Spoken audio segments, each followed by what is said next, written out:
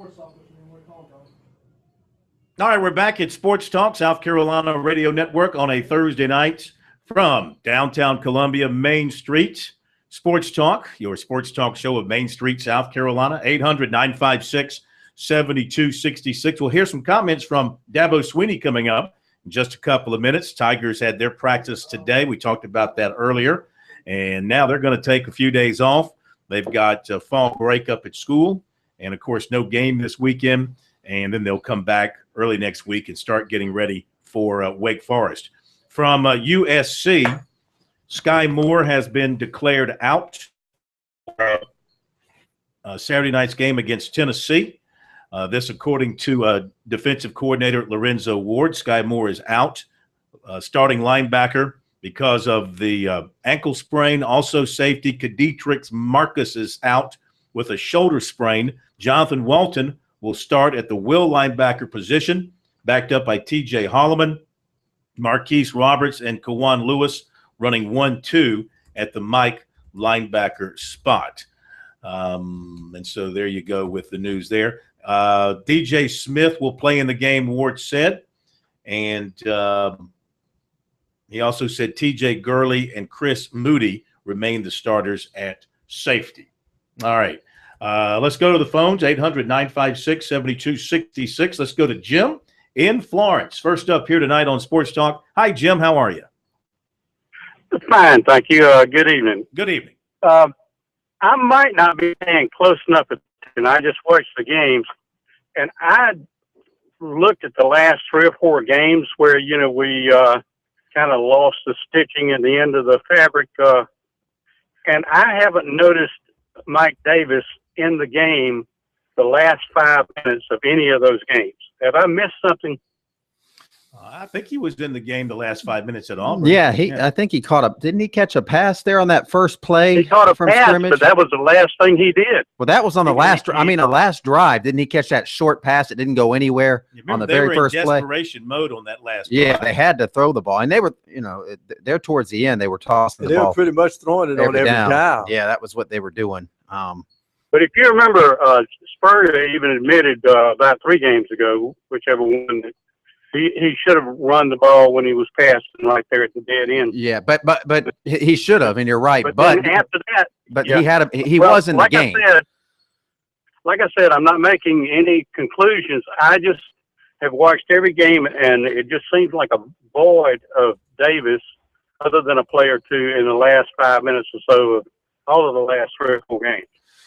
On that last possession, Davis did not.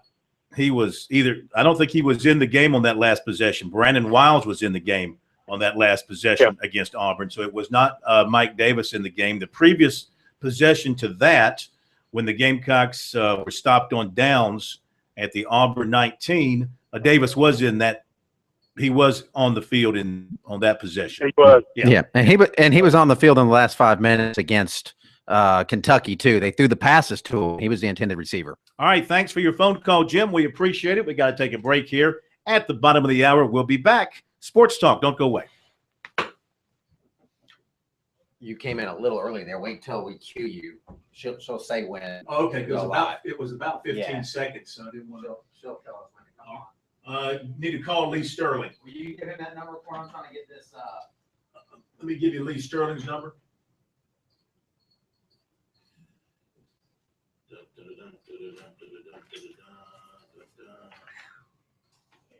The phone can come down. The phone can come down a little bit. Okay, cue the phone down a little bit. Sports. Ask her how my level was, K-Mac. How was Corn's level, Brianna? After your pro came up, he was a little on the low side, so he could actually come up now. 305 378 6622. 305 378 6622. Corn, I go to widgets for this. Put it in. Yeah, go to widgets. Go to widgets, and then go to feature bottom left.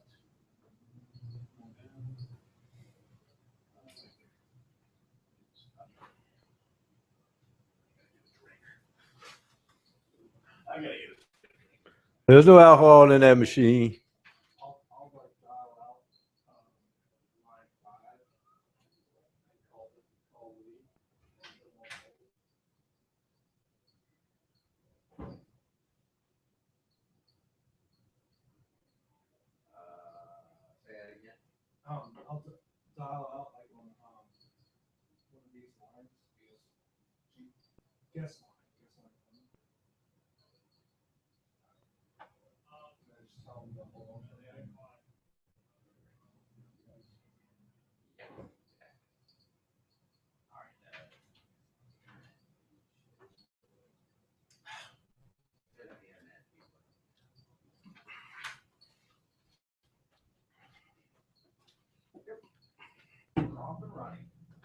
You got the video feed working?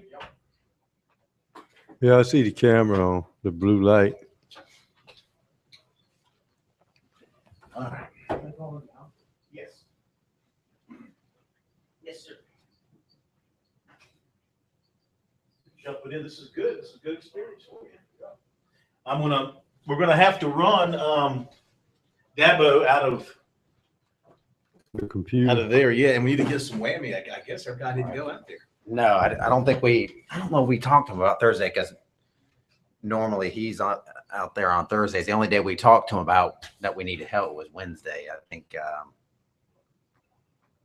I never heard from him today. He works and How do I dial out? hit 8 first and Yeah. then the number. 8 8 area code and the number. 81 area code. I got Dabo pulled up here. Indianapolis Colts. You gonna put the practice report up? Yeah, I'm putting it up now. Back in 1 minute. Houston. God, it's crazy. Oh, they only one game back of the Colts. Hey, he was doing it with SportsTalk. We got 3 on it. Dallas. Detroit. All right, let me put you on hold.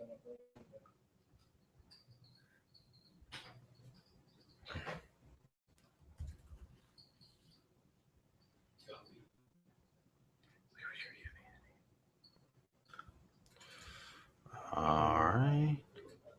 USC. Last week he was 0-4. Ooh, I've Ooh. never seen that from him before Wow. on his picks with us. 0-4. 10 seconds. 10 seconds. And you give us a cue when she says live, point at us. Okay. And you take your cue from him.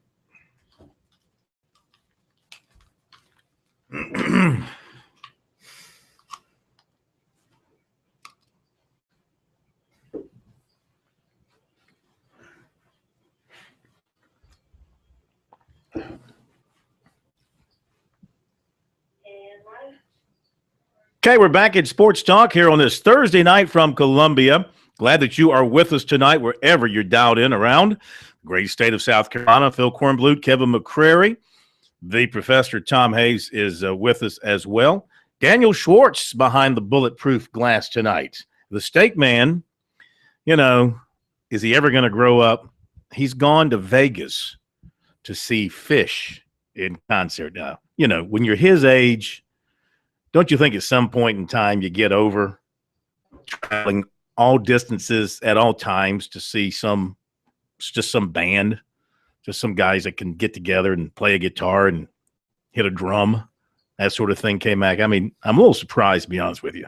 That's a trip to Vegas. He's not going to Vegas for Vegas. He's going to Vegas for Fish. Yeah, but seeing Fish was the conduit, but he wants to see Vegas. So that was the Fish was the excuse, was the lure. Let's welcome in from Paramount Sports. I bet you this guy has never been to a Fish concert. Let's find out.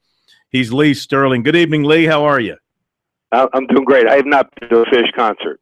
I didn't think you would. I don't think Is he going? Is that like he's going maybe for a bachelor party or something? Also, No, he does paintball for bachelor parties. Yeah. And gets hurt. paintball for bachelor parties. It's a long story. Yeah. It's an insight. Wow. His off the air work is pretty dangerous. Yeah. We don't expect him to come back from Vegas. It'll probably be like a real version of The Hangover. And it's not enough to see Fish once when you go to Vegas. He's seeing him like twice. You know. I mean, I guess was he too late to be a deadhead or something? I guess. I mean, the only band I would go follow is the Beatles. You know, if they were to come back and do yeah. John Lennon's What's making a wrong lot with of you new stuff. You don't like U2? I'd follow the Beatles if they were to come Yeah. back. Anyway, When's that new George Harrison CD coming out? Lee, 0-4 on your picks with us last week. I don't think I've ever seen a goose egg. with It doesn't you. happen too often. Yeah. So yeah, I tackle the toughest games. I mean, if we're gonna go over games everyone wants to hear about, but it's unusual. That means I'm probably gonna go 3-1, 4-0 this weekend. And how about this, guys? For my clients, we're gonna release our college game of the year, which goes tomorrow. I'm sorry, not tomorrow, Saturday, and we rate our games from 40 to 50 units, and we've had an amazing run on those, 23-2 over the last 5+ seasons. We will also release a 40-unit play. So for the first time ever, we will have a 40 and a 45-unit play in one day. If you'd like to get involved, just go to ParamountSports.com, use coupon code SAVE100, save $100 on any of the different packages, and I found 2 games and even a third one that's going to be rated 35 units, which is exceptionally high in one day. Never have we had a 35, 40, 45 unit in one day, and I've been in business 23 years. So don't wait. Go to ParamountSports.com or call us here anytime over the next day, 800-400-9741. All right, let's jump on to a couple of games tonight. First in college, you got Florida State going to Louisville, and the Seminoles are only favored by 3. Yeah, this line started off as 8, and people love Louisville here, but this is what I found. I watched these two teams in and out, and every week, and Louisville hasn't beat anyone this year. They have wins over North Carolina State, Syracuse, Wake Forest, who is way down, FIU, and a Miami of Florida team who they faced on the first week of the season when Miami showed nothing with a brand-new freshman quarterback. They lost to Virginia and Clemson, whereas Florida State beat what we found out now is a pretty darn good Notre Dame team, and they beat Clemson without maybe one of the best players in college football. And I just don't think that Will Gardner is good enough to beat FSU's defense. He's just not near as talented as Clemson's Deshaun Watson or Notre Dame's Everett Golson.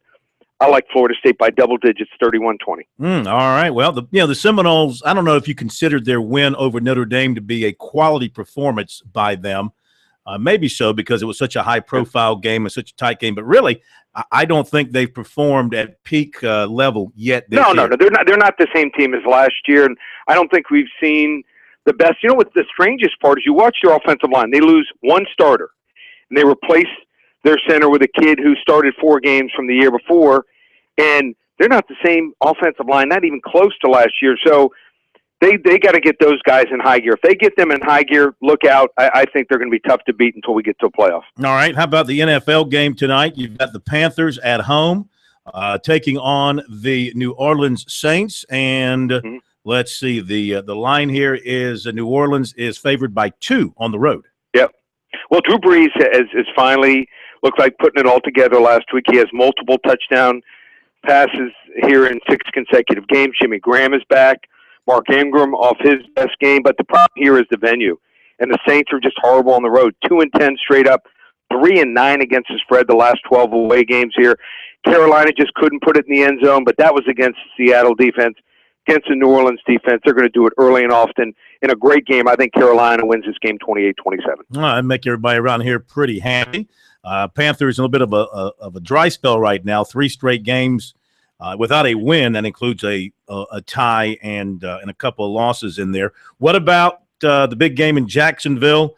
It's still a big game, even though Florida's down. Georgia, I saw where some of the odds makers are saying Georgia's the favorite to win the national championship, even though they're not in the 4 right now. But they're favored by 13. Is it going to be that easy?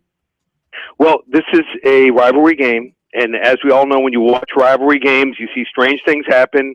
That team that's favored is sometimes by big numbers, 13, 18, 20 points.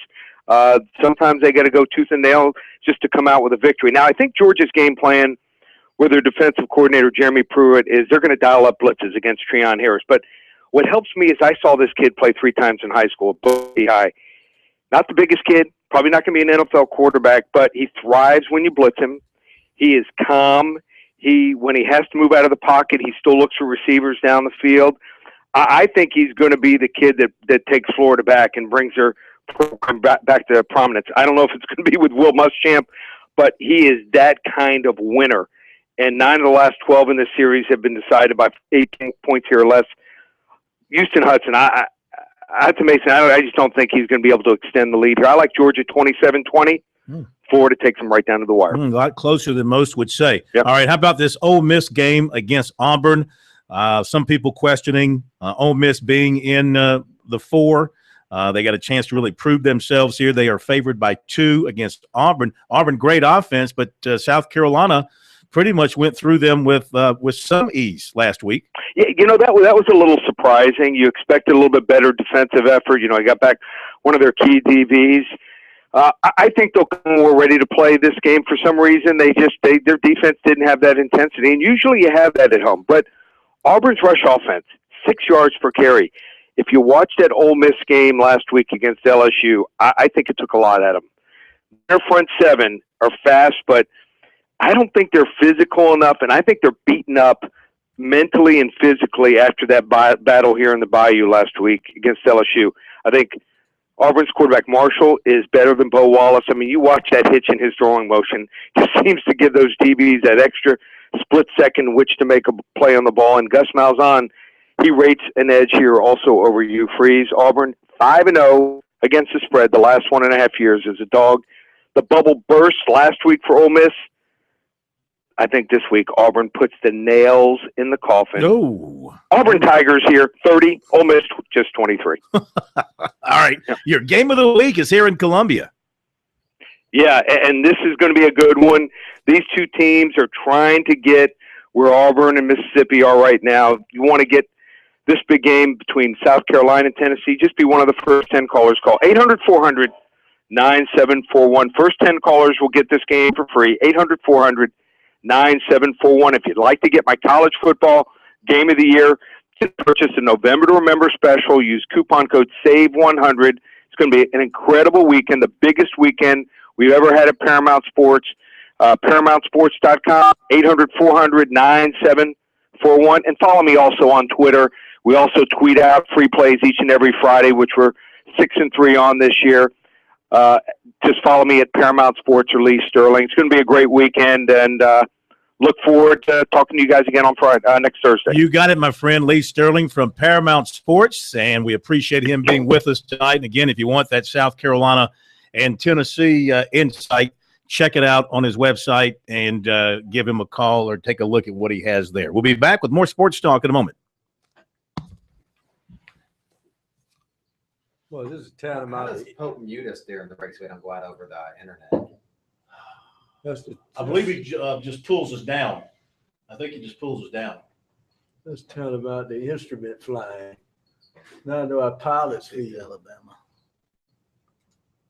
Where is your humanity? That's right.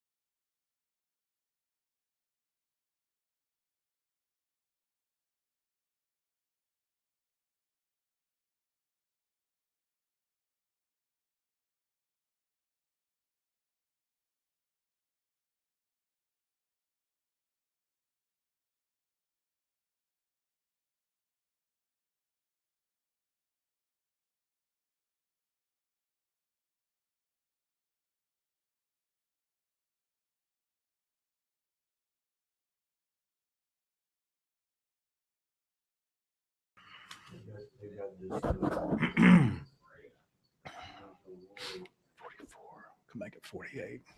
Say what? I was saying they had Lorenzo Ward on Gamecock Central saying they're preparing for Dobbs.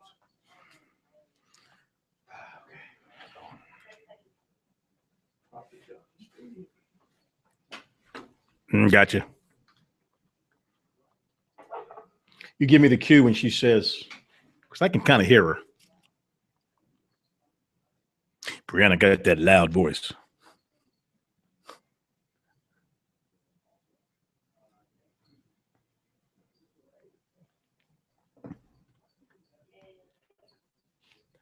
And we're back at Sports Talk. Lee Sterling with us a little while ago. Appreciate Lee being with us here on the program. Dabo Swinney met with the media today for the last time before the Tigers take a break for a fall break and for the weekend and then get back to work on Wake Forest. Probably on Sunday they'll come back in and get back to work. He met with reporters. Let's hear what he had to say, brought to you by South Carolina soybean farmers and their checkoff. Learn more at scsoybeans.org. Pork powered by soy. All right, here is Dabo Swinney as he takes questions from reporters earlier today. Well, just your thoughts on how, Deshaun looked at practice last night. First time back out throwing. He looked good. He really actually Tuesday we did about a 30-minute walkthrough out on the field, and that's the first time I saw him throw the ball a little bit, and did good, and kind of got back into practice last night. It's very encouraging. He's getting a little better every day and doesn't have any pain. So trainers are doing a good job of protecting him with what they've got him practicing in and all that kind of stuff. But I think he's very encouraged, just like we are as coaches. He's not going to have to include the use of the Nerf ball for the rest of the season? No, I don't think they're going to let us play with the Nerf. But he threw a real football. And like I said, did a nice job. He's a little restricted based on how they have him taped, but the biggest thing is, just the rotation of his fingers and no pain. So I think everybody's real encouraged about where he's at right now. At least in the back of your mind, is Georgia Tech kind of the target date, or is it just impossible?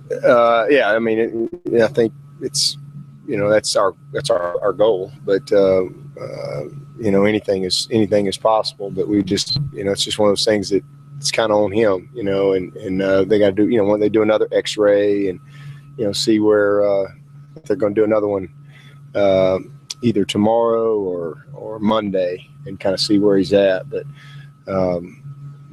we just have to take it day by day. I mean, is there any chance he would take a few snaps at Wake, or is that just completely off the table? I don't think anything's off the table. Based on what I saw yesterday, I just think that there's just too much unknown right now. And like I said, he gets better every day. And he's one of those guys too. If you tell him to do something, he's going to do it to the nth degree. And so it's always nice when you have a willing participant, as far as, okay, you're going to get every treatment. He's going to do the things away from here, while nobody's looking, to continue to expedite the process. Not everybody's wired that way. They'll come do their treatment, but they don't always follow through, like at their apartment or whatever, and doing some of the extra stuff. But that's just how Deshaun is. He's probably in the class doing his strengthening exercises. So, that's who he is. So I don't think anything's off the table, but just too many unknowns right now. With an injury like that, and from what you've heard, is it, coming back from it more touch, being able to throw it deep, or I just think just the strength in the finger, just the over strength. All these things are fine. It's one little bone right there. So I think just really strengthening it is the biggest thing. And it's, like I said, getting better and better every day. The biggest thing is he doesn't have any pain. He doesn't have any pain with it. So that's to me the big hurdle. Because if you were doing something and there's going to be pain every single time, it can become a mental thing. So I think it's just a matter of him getting unrestricted and just kind of building the strength back. You guys have had a game with for like 5-6 weeks in a row. How the players responded? Yeah. To the extra presence. I think it's been good. I'm glad we got a different break, or a break in the monotony, if you will. I think that's kind of a good time for us, especially with the amount of guys that we've had that have played a lot of snaps or guys that have been hurt. So it's been good for both of them. It wasn't a lot of physical work. This is the first time that I didn't have a practice on Tuesday.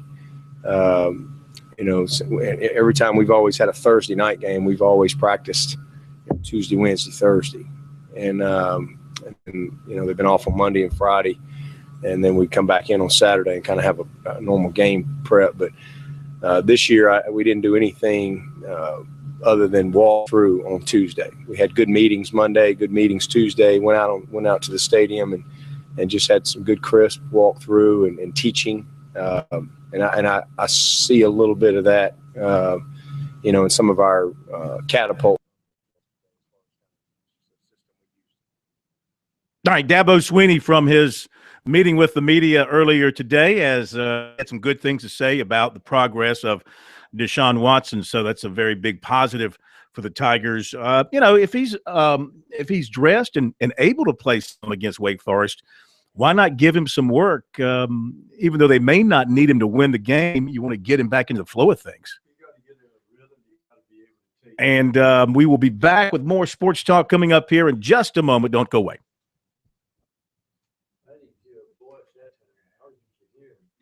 I don't think he had the mic turned up. Because I told him to have mine up and y'all's down. That's fine. The music was playing anyway. Oh, okay.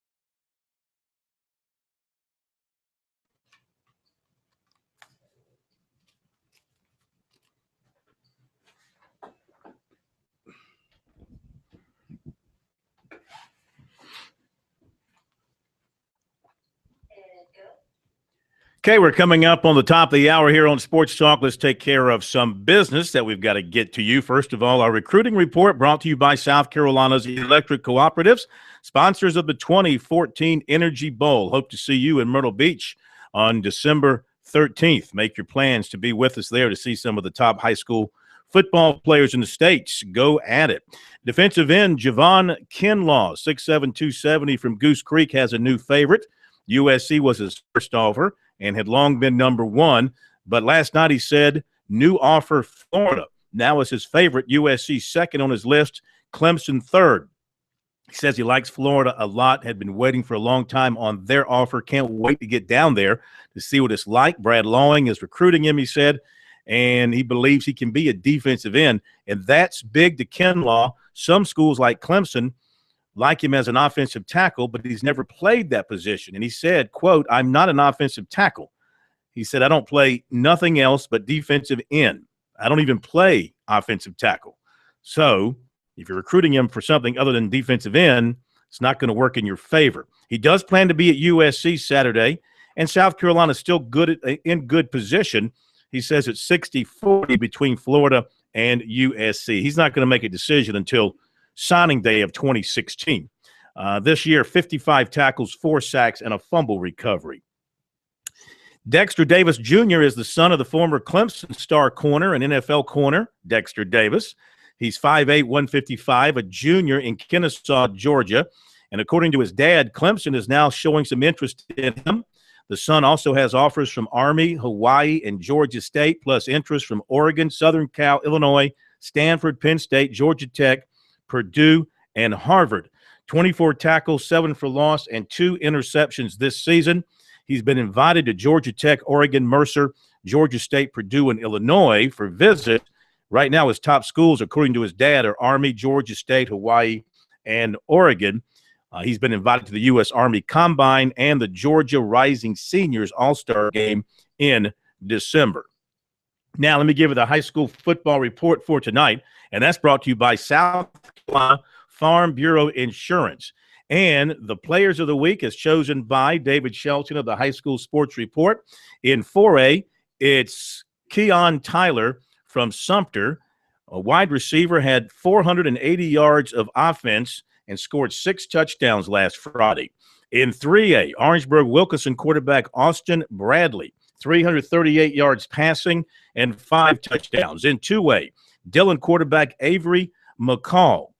He was 26 of 33 for 299 yards and 4 touchdowns in the win over Loris.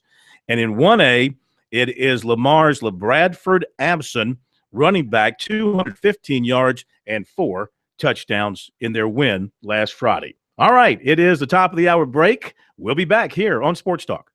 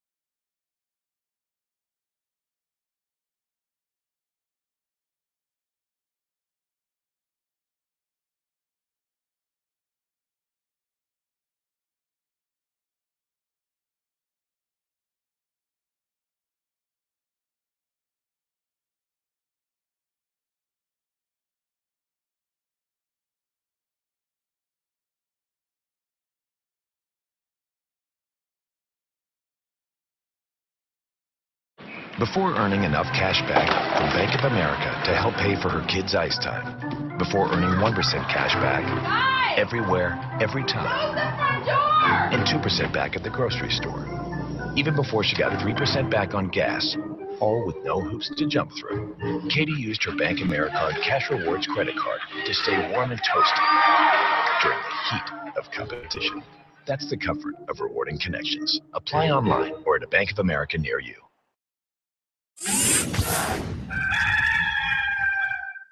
And swelling didn't go down as much as we thought it would, but didn't.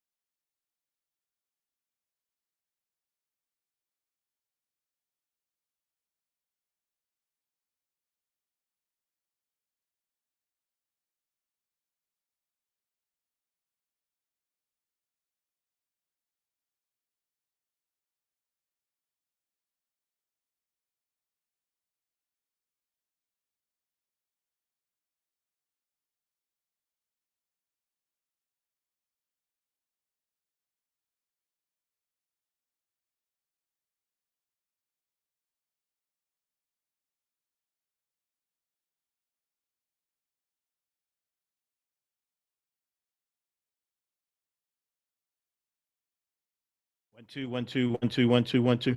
Boom, turn me up a little more. 1 2 1 2 1 2. There you go. Thank you. Yeah, this thing still won't connect. I rebooted it.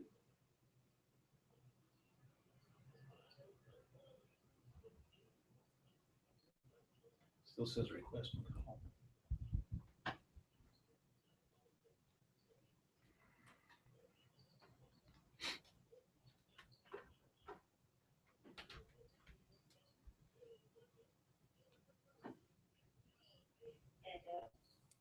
Okay, we're back. Sports Talk, South Carolina Radio Network on a Thursday night, the night after the end of the baseball season. See, I think in watching that play, guys, in the bottom of the ninth, and what an exciting finish to the game last night, I might have run through that stop sign at third base and taken my chance at scoring, hoping for a bad throw at home. You got no guarantees the next guy up is going to get you in. And as it turned out, he popped up to third. Better chance of that happening, though, than the guy scoring I don't on know. an inside the park homer. The shortstop had the ball as he was getting to third base. The shortstop was catching the ball. A lot of pressure on that he would have had to throw. go 90 He would have been feet. surprised. A lot of pressure on the throw. He could have air melted. He could have thrown it wide. He could have thrown it out of the stadium, hit the moon with it. I mean, you got a 50-50 chance. No, but the Giants have been here. I think the other thing you think about is this, Coin. As good as he is, you could tell in the last few outs that Madison Bumgarner was pitching on guile. Mm-hmm. I mean, because what he was doing, and I could not understand Kansas City not catching up with it. He was just going upstairs on people, and they were going for it. I think a lot of the swings and misses he had in the last inning and 1/3, they were swinging the pitches out of the strike zone. They weren't showing their patience in their eyes. That was they were just chasing that pitch up in the zone. But how about our boy Madison Bumgarner? We can claim him, right? What, Caldwell County in North Carolina? Hickory, North Carolina, yeah, right across the Close board. enough. Close enough where we can claim he sounds him. like Born in the one Carolinas. Of us. He sounds like one of us. What a performance, though, in the World Series. They took away the win, but 2 wins and a save. I'm going to sound stupid. Did he play college ball somewhere? Or did he go right to the pros? I think he went right to the pros. Yeah, because he's been with the Giants. Didn't he pitch for the Giants in 2010? Yeah. They were. I've been listening to sports radio out in San Francisco after the games, and I mean they've just been. You talk San Francisco radio, and I know I'm a Dodger fan, so maybe I'm a little biased, but that is the most fanboy radio. This is before I haven't heard it. I would shudder to turn it on right now after they've won their 3rd World Series in 5 years, but they're pretty notorious for fanboy radio there in San Francisco. Well, I mean, they love their Giants, and rightfully so. I mean, let's face it. The Giants right now, they are the organization in Major League Baseball. You win 3 World Series in 5 years, and you do it by putting the right pieces together. They have a terrific general manager. They spend their money wisely, and Bruce Bochy is a terrific manager. And apparently, the guys love playing for him. So they've got it going, and we'll see. This is the worst part of baseball now because you see teams come apart as free agents leave and players on. In fact, I heard today, Kansas City's not going to offer Billy Butler a new contract, so he's going to be gone. Yeah, I hate that the day after the World Series, after a great World Series, it really is tough, Game 7. But that's what the Giants have done. They've kept together a good pitching staff and kept their core players together. All right, going to hit a break. Going to hear from Lorenzo Ward coming up here on Sports Talk, and more of your calls. 800-956-7266. Back in a moment.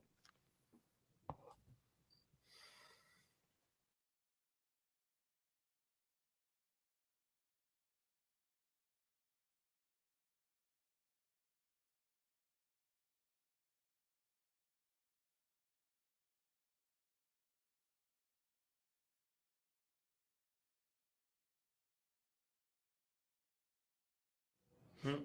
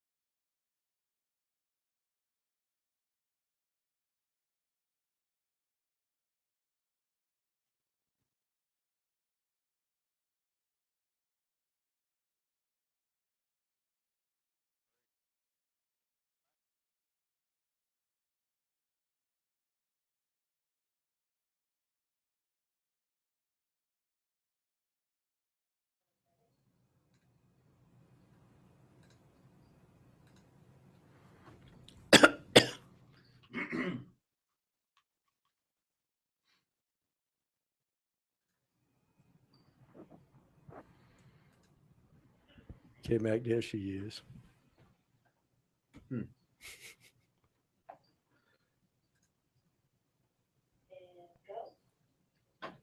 It's Sports Talk here on a Thursday night, South Carolina Radio Network, 800-956-7266. That's the phone number. Email talkback at sportstalksc.com. On Twitter, at sportstalksc. Our website is sportstalksc.com. We thank all of you who go there regularly. Encourage others to do as you do. Follow us on Twitter and use our website. Our website is usually loaded with the latest sports information of major importance to you around the state of South Carolina, and, of course, always has the latest recruiting information for you there. And on Facebook, you can like us there, too. All our information streams over to Facebook, and our Facebook location is Sports Talk Radio Network. Let's see. Got a few emails in the email box to get to, so let's take a look at that. We're going to hear from USC defensive coordinator Lorenzo Ward. Mary writes in and asks, will the scandal hanging over North Carolina's head yield any recruiting benefits for USC? I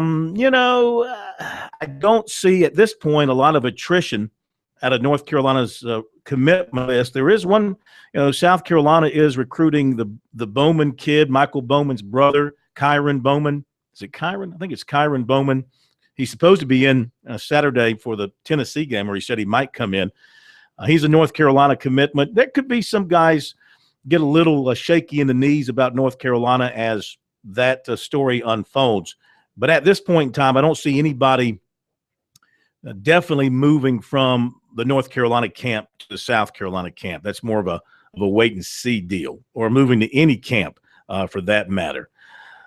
This is a post on our website to the Roy Williams video we had up yesterday from ACC Media Day. This is from Alan, who says, it's time for this program to come clean. It's perhaps the most egregious rules violations in the history of collegiate sports. Over 1,000 athletes involved. The U of NC has now ruined the value of its once esteemed degree. Don't tell me Dean Smith, Roy Williams, or any other coach didn't know what was going on. I might have been born at night, but I wasn't born last night. This is worse than the SMU scandal that resulted in the death penalty for football at that school. Craig James and Eric Dickerson, better known as the Pony Express. This school also should be given the death penalty for basketball and football. I would love to know the names of the players that received their, quote, A's and quote, B's from these bogus courses, all caps. It's, all caps, shameful. Williams and Dean Smith equal fake, phony frauds if they claim ignorance of the situation. Death penalty and clean house. Worse than what Kelvin Sampson did at Indiana. She did the athletes. It's pretty strong stuff. The video on our website from Roy Williams yesterday, I think, is pretty interesting. You have to listen closely because it's off mic, but you can hear him as basically he is claiming no knowledge of what was going on, that it wasn't something that he would be expected to keep an eye on as the head basketball coach, that classes are drawn up in other parts of the university away from the basketball area, that other people handle that he would have no reason to know what these players are taking. So basically he kind of threw his hands up and said, you can't point the finger at me because I didn't know anything and I shouldn't have known anything. And whatever I did know, I passed it along to my superiors and let them deal with it. So that has been his position. We'll wait and see if that position holds up as the inquiry there continues. Okay, I'm a coach with Roy Williams. Is our guy going to be eligible? Yeah, we think he's going to make it. How is he going to be eligible? Coach, you don't want to know. What was that line with Denzel Washington where they assassinated the two Supreme Court justices, and the president asked him, is our guy in the scandal? Mr. President, you don't want to know. Mm-hmm. Plausible deniability. Plausible deniability, yes. All right, real quick, this from Brooks about the black uniforms for USC. What is USC's record when wearing black? I don't think this is a very good idea. Maybe they should try all white. That'd be for the road. They wear all white or have worn all white on the road On the before. road, yes. Yeah, home team wears the dark uniforms. Yeah. Everybody's Unless got you're that LSU. Florida game from 2001 stuck in their craw Been when a it long comes to time. Yeah, wearing I mean, all black. But that was the blackout, though. Yeah. Yeah, This is not but a there were some blackout. people that thought, it was kind of spreading around on social media that it was a blackout, but the university today walked that back quickly, that they are not encouraging fans to wear anything other than school colors. All right, Lorenzo Ward, USC's defensive coordinator, met with the media a little while ago after the Gamecocks practice and said that Sky Moore, with the sprained ankle, starting linebacker, is not going to start. Here is more from Ward explaining that and other things. And swelling didn't go down as much as we thought it would, but so he's out again. Is this a high ankle sprain, the kind you guys? Okay. So you know any concerns that will linger beyond this week? No, I think he'll probably be back next week. Well, it's definitely with open week, so yeah, he'll be back for South Alabama game. How about Marcus and Roberts? I think they were in yellow a little bit this week. They both were good, better. They both were good. Marcus is JJ is out. I'm sorry about that, but then Queese is back. Queese practiced the last 2 days. What's Marcus's injury, like a shoulder or something? Yeah, he has a little shoulder sprain. You have a pretty good feel for which quarterback you're going to see this weekend? Yeah. You're going to see the running quarterback. Yeah, we'll see Dobbs. There's no question we'll see him. He did a good job against Alabama moving the football. He probably had the most production when he was in the ball game, so there's no question who we're going to see.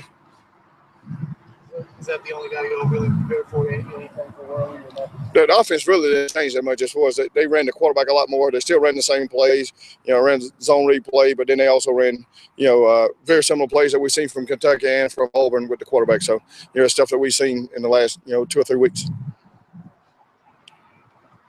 Well, I mean, how's the DJ split? Yeah, DJ played this game. We really hopped on DJ, learning his assignment and making sure he can handle all of the movement, and so he done a good job in practice, so he'll play. You think he'll start? I think TJ and 6 will start. Moody. But he'll definitely play. Sure. Y'all didn't run much 3-4 against Auburn. Is that more about the matchup, or you think it's 4-2-5 going forward? Well, no, I think we got both packages. We still run some, and we right now we're going to the 3-4 package more on third down. Wait a minute, I was red shirt, was West Green in yellow today? Yeah, Wesley tweaked his knee a little bit, and so they didn't let him practice. He actually hurt it yesterday in practice, so they didn't let him practice today. So he'll be fine now. Nothing major.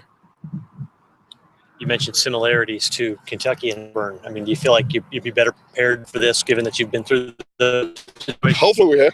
Again, anytime you got a running quarterback, and whether it's from the Wildcat or from a regular quarterback doing it, you got to dedicate another guy to the box. So I think hopefully we've seen it enough to where we play better against it. We definitely need to. Anybody particularly expect to step up with Sky Moore out, or is it a group effort? No, again, Jonathan Walton will start at wheel, and we moved T.J. Holloman behind him. So Kawan and Queese will play the mic, and Jonathan and T.J. will play the wheel linebacker. So we expect there not to be a drop off. All right, that's Lorenzo Ward from the Gamecocks post-practice media session. This should be a good ball game. This is, a matchup of two evenly paired teams, I think. And if Dobbs plays for Tennessee, look out. If he's a starting quarterback, as Ward thinks he's going to be, and I think it's going to be Dobbs as well, look out, because he brings that element of the running quarterback in there. We know South Carolina has a hard time playing responsibilities, and, he's got good running backs in Hurd and Lane. Don't forget Marquez North is back as a wide receiver. They've got Malone, the freshman sensation, who's there. They've got good receivers. Their offensive line's a bit of a shambles. So maybe this will be a chance for South Carolina to put some pressure if they can get their hands around Dobbs. Now, I think Tennessee's given up like 32 sacks. They're one of the worst teams in the country at protecting the quarterback. Well, that's good, because South Carolina doesn't know how to. Well, that's what I'm saying. This might give them a chance to do that. All right, we're going to hit a break. We'll be back with more in a moment. 800-956-7266 Sports Talk on a Thursday night.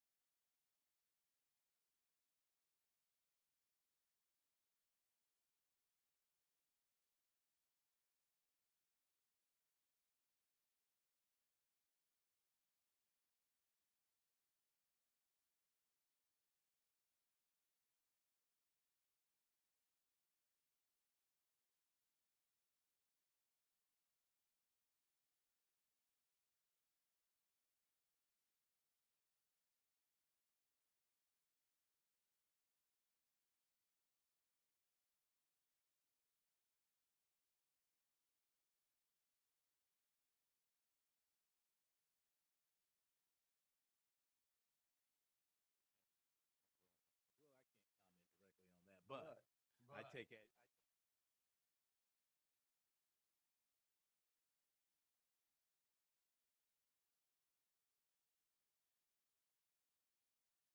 are you taking? You know, somebody would tell you. All right, back with you on Sports Talk, 800-956-7266. Here is our phone number on this Thursday night. Phil Kornblut, Kevin McCrary, the professor, Tom Hayes. Lines are open if you want to join us. K-Mac picked up a couple of notes from USC and also from the Panthers in the last couple of minutes. Yeah, the quick note on the Panthers. Greg Hardy reports that he will not play this season. His trial has been postponed, so that will cost him his season, according to multiple reports out there. The Steve Spurrier Collins Show in progress as we speak. A few things that I have picked up on via Twitter. Spurrier says that Mike Matulis could start at right guard. He confirmed that Sky Moore will not play and actually criticized Sky Moore and said he wasn't having a good season. And then about 5 minutes later, I saw another tweet where Spurrier reversed and said Sky's having a pretty good year. Whoa. Well, you can't say a guy's not having a good season, then turn around and say he's having a pretty good year. Probably he sat there and, Spurrier tends to do that. He says something right off the cuff, and he realized, like, I probably shouldn't have said that. Take the first comment is what he really means. Somebody probably like, but Sky Moore's leading the team in tackles. Mr. Sky Moore. My sarcastic bone is hitting me here. Sky Moore is not having a good season. And then you turn to Spurrier. What person on your defense is having a good season? That's true. Next question. And when Whammy said, well, so-and-so replaced Sky Moore, we've got so-and-so backing him up, there shouldn't be a drop-off. How can you tell? Yeah, you're right. I mean, it's hard to find anybody on the Gamecock defense that you would say is having a good year. So, and that's another quote from Spurrier here from Willie Smith. It's hard to have confidence when you haven't done anything. Yeah. And that is a team that on the defensive end, they have no confidence, and that it compounds things. When you're playing well and you have a little bit of confidence, you can make up for some things with a lack of talent. But that unit is heads down. They know they are when they're constantly publicly berated by the head coach and they're hearing over and over again that they're no good. Boys. But here's my question: Is it better to be honest like Spurrier is, or is it better to blow smoke and say, we're struggling a little bit, but we're showing improvement, and some guys are getting better, and they're playing hard, But he won't say that, really. Because they're not playing better. Unless somebody it's just like he came out at his news conference on Tuesday, and he quickly said early on, this was a we loss. I wonder if somebody got to him and said, hey, coach, you can't make it sound like it's all on the defense here. Blah, well, blah, it wasn't, blah. because he had the opportunity to score in the red zone. And they didn't. But he didn't make that a point after the game, did he? After the game, it was more about after the game. I mean, he did say that they needed to score every time they had the ball, which they did, and that they missed some opportunities in the red zone. He pointed out 2 of 5 in the red zone. That's why they lost the game. He didn't run his defense down. He basically just said, we know what we are, and that's why he was going for it on 4th down 6 times, including 4 in his own territory, and that's why he was onside kicking it. They knew that the defense couldn't stop anybody. Everybody in the stadium knew that the defense couldn't stop anybody. Well, they got a chance Saturday night to go out and have a decent performance, I think. All right, we're going to hit a break, 800-956-7266. Going to hear from USC point guard Ty Johnson coming up here in just a couple of minutes on Sports Talk, a little Gamecock basketball talk for you. We'll be back in a moment.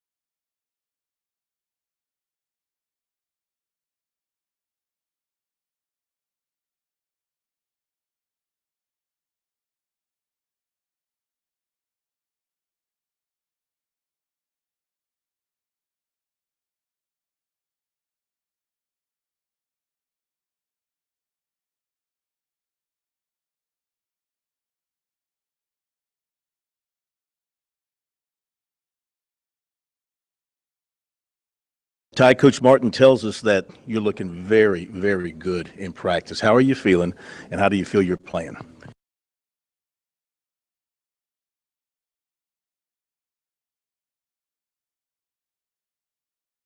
I'm feeling better than I was last year.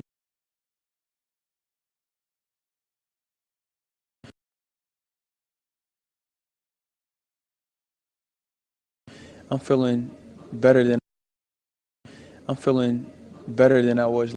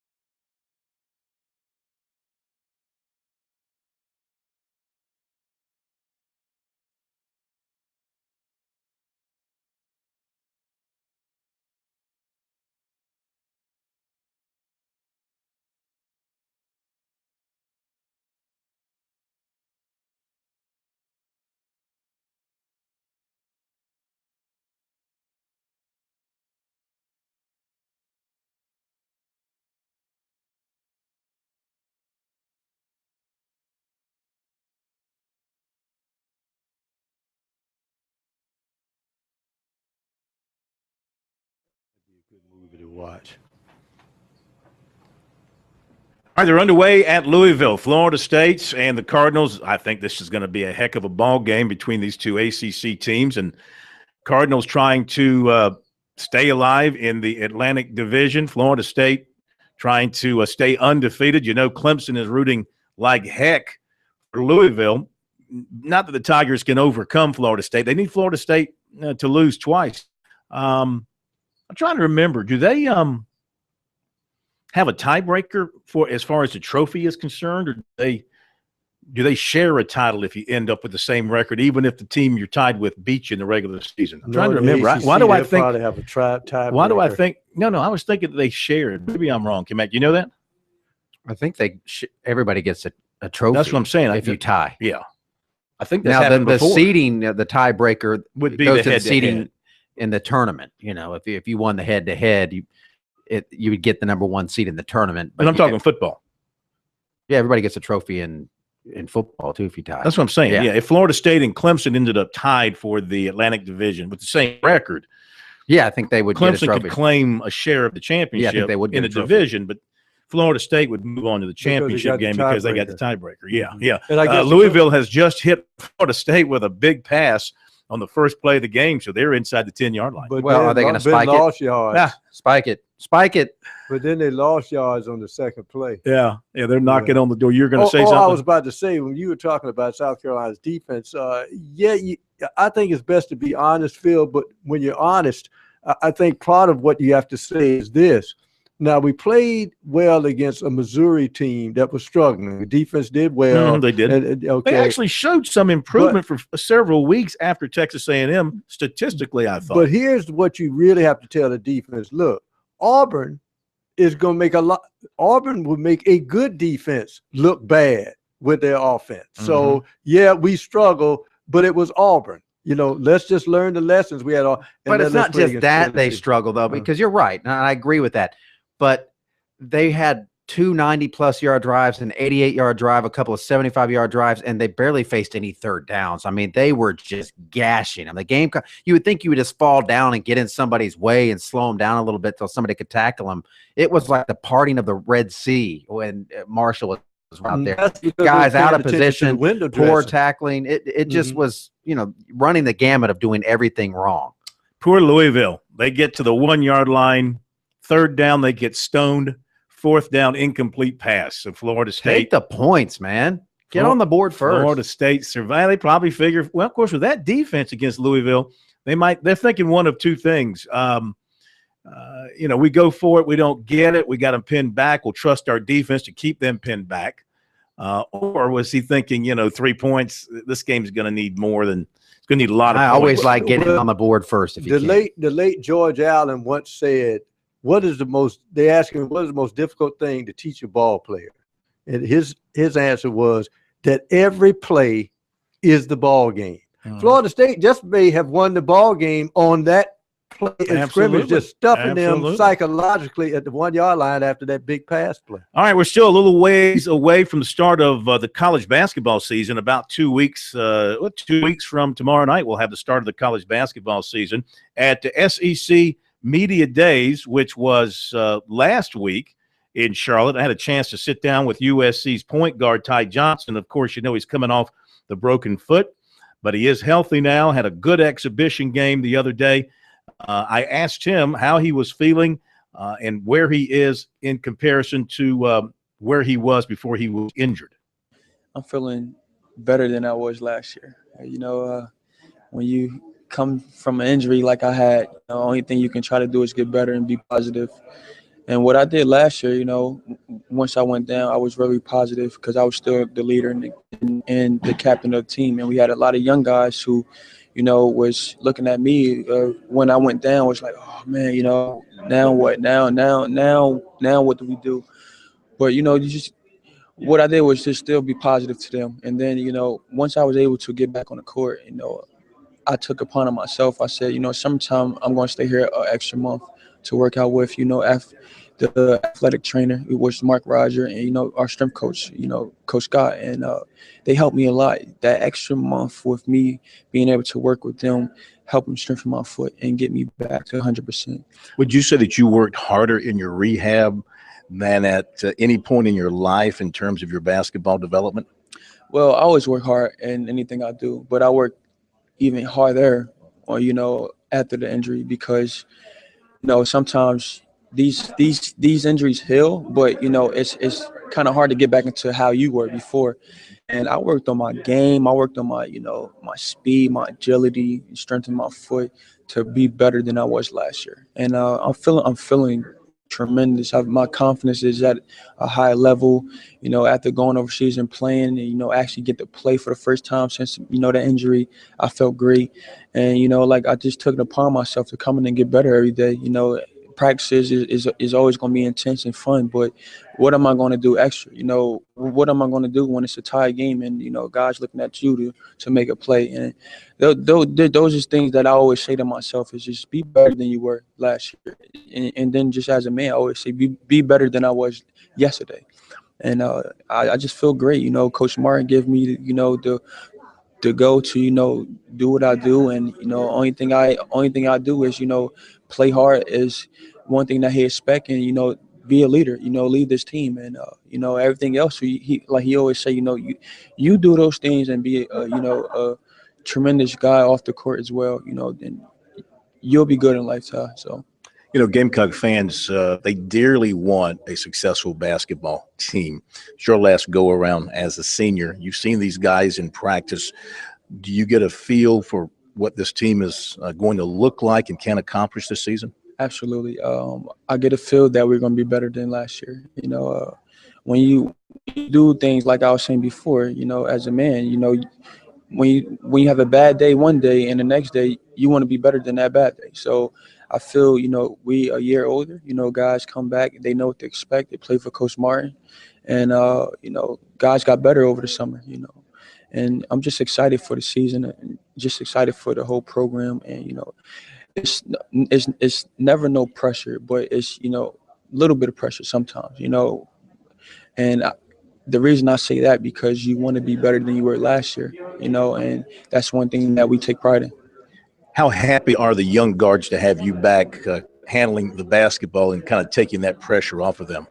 They excited. Guys like Dwayne and Chen who had to play the point when I went down, they're very excited to see me back at the point, and it takes a lot of pressure off of them because they see how I push the ball or how I handle the ball very well.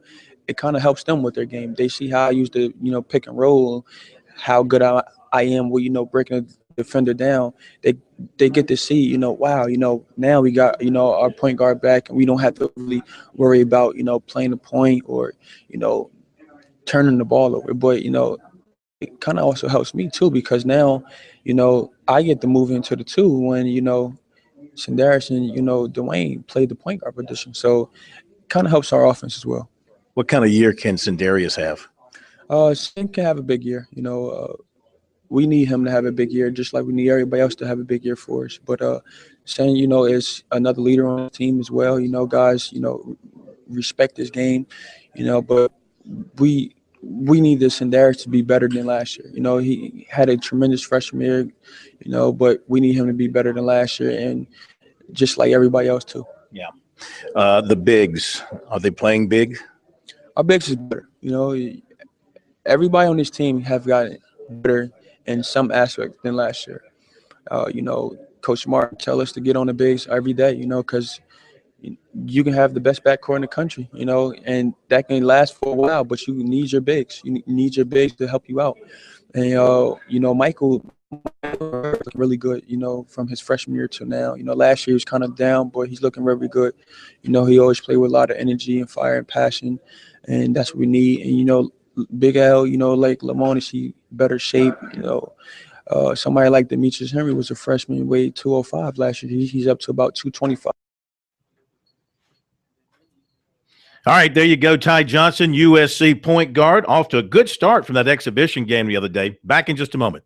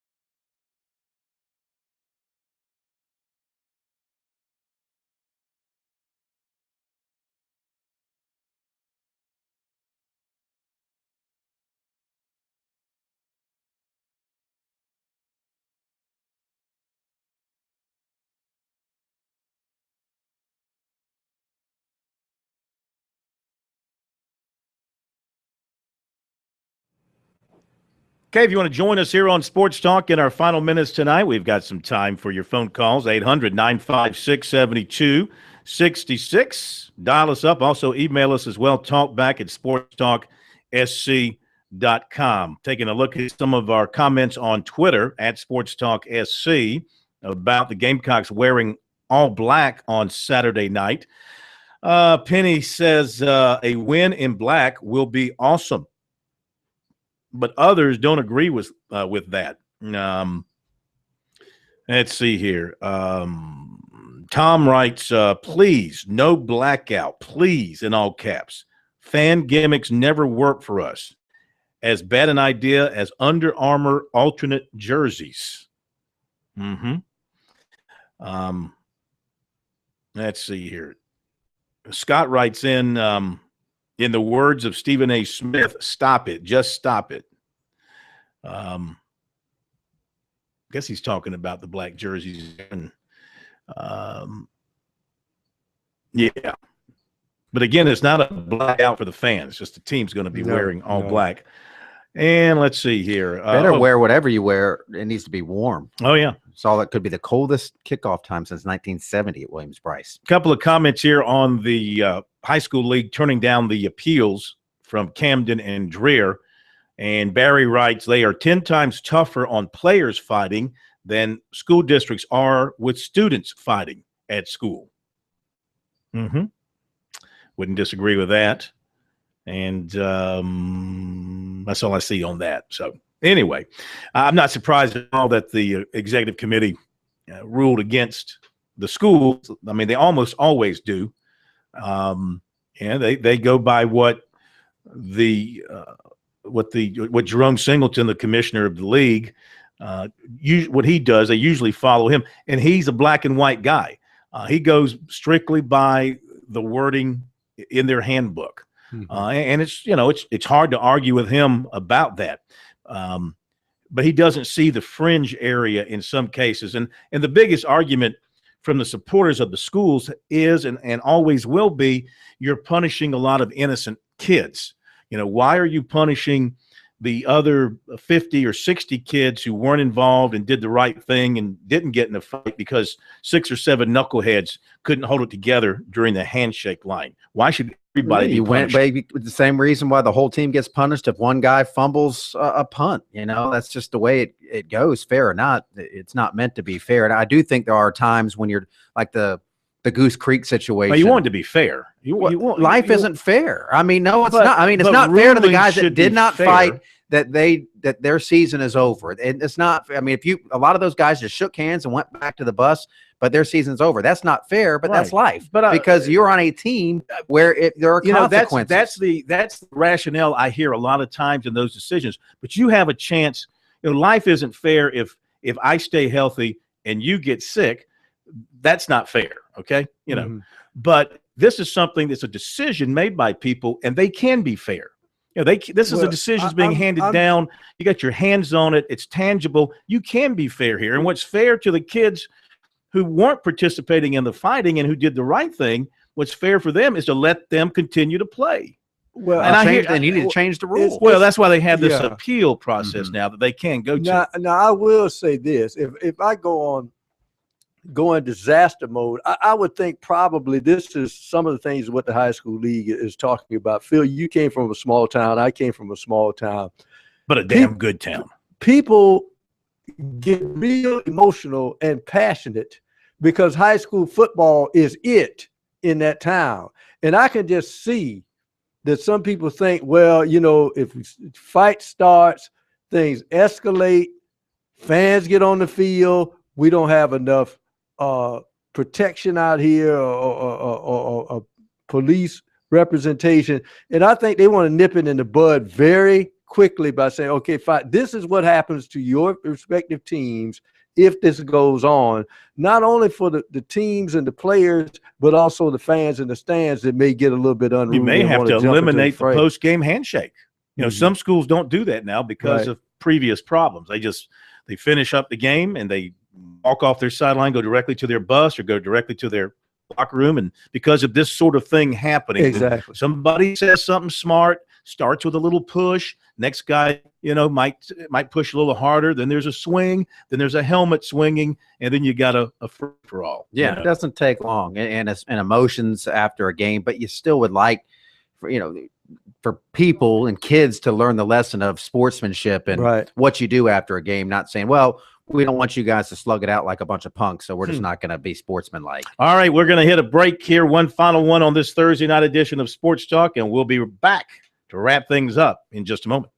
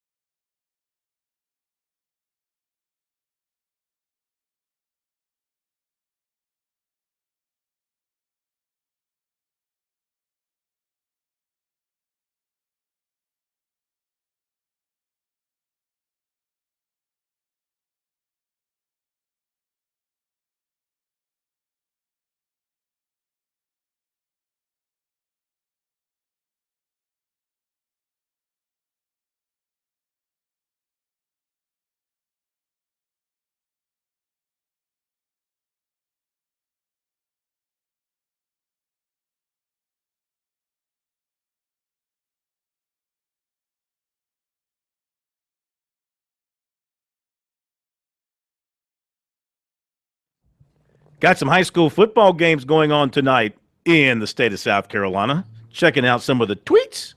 St. James is leading Lake City 7-6. And we have Wilson and Georgetown playing tonight. And Wilson leads Georgetown 3-0. Those are the only two games that I see being tweeted about at this point. There may be some others, but that's all I have seen. Louisville just missed another golden scoring opportunity. A pick six was dropped. So it's scoreless between Louisville and Florida State over in Louisville. Really enjoyed listening to and watching Rick Pitino yesterday. First chance to really be around him. And just like I enjoyed last year for the first time being exposed to Jim Boeheim. I mean, we're talking about one of the all-time great coaches in both cases there. We've been around Krzyzewski. We've been around Roy Williams. I'm not fazed by those guys. But it was neat to listen to Pitino talk about Louisville, what a great school he thinks it is, the great facilities. And again, he didn't take the position. And this is where the media on Tobacco Road, they've had ACC drummed into their heads for so many years that nothing can touch it. It was sort of like when Missouri and Texas A&M joined the SEC. I remember at that media day that summer going into their first year, some of the media acted like those schools didn't know how to lace up their sneakers or their cleats to play football, like they'd never picked up a football before in their lives. Well, Louisville, they've been in the Big East for all those years, and they played against some great competition in the Big East, and they won championships. So they know what it's like to be in a big-time league. And he expressed that, when people said, what are you thinking about joining the ACC? I mean, running the gamut of all these games. Well, we did that in the Big East. Well, you can recall when the Metro was going great guns, when Virginia Tech was real good, Florida State, Louisville, Southern Miss, and Florida State went in the ACC. But it's going to take them a little while to adjust to the ACC. Didn't know that Doug Edwards and Bob Sewell were coming in there and did something that Clemson has never done and walked into the Dean Dome the first time they were in there and beat them. Yeah, the first game Florida State played in the ACC, they beat North Carolina. I'm fearful for Clemson basketball this year, though, because that schedule, that 5-game slate to open ACC play, I mean, really, realistically, unless the Tigers are, greatly improved despite the loss of KJ McDaniels, they may be looking at an 0-5 start. If they can find a defensive presence, if Noko is the guy on defense, they've got a chance. All right, that's going to do it for us tonight. Thanks to Brianna Hickman at our studios in Missouri for her fine work there tonight. Thanks to Daniel Schwartz for doing a great job for us tonight. K-Mac, Pro, have a great night. Enjoy watching your football tonight and some NBA. We'll see you tomorrow night here on Sports Talk.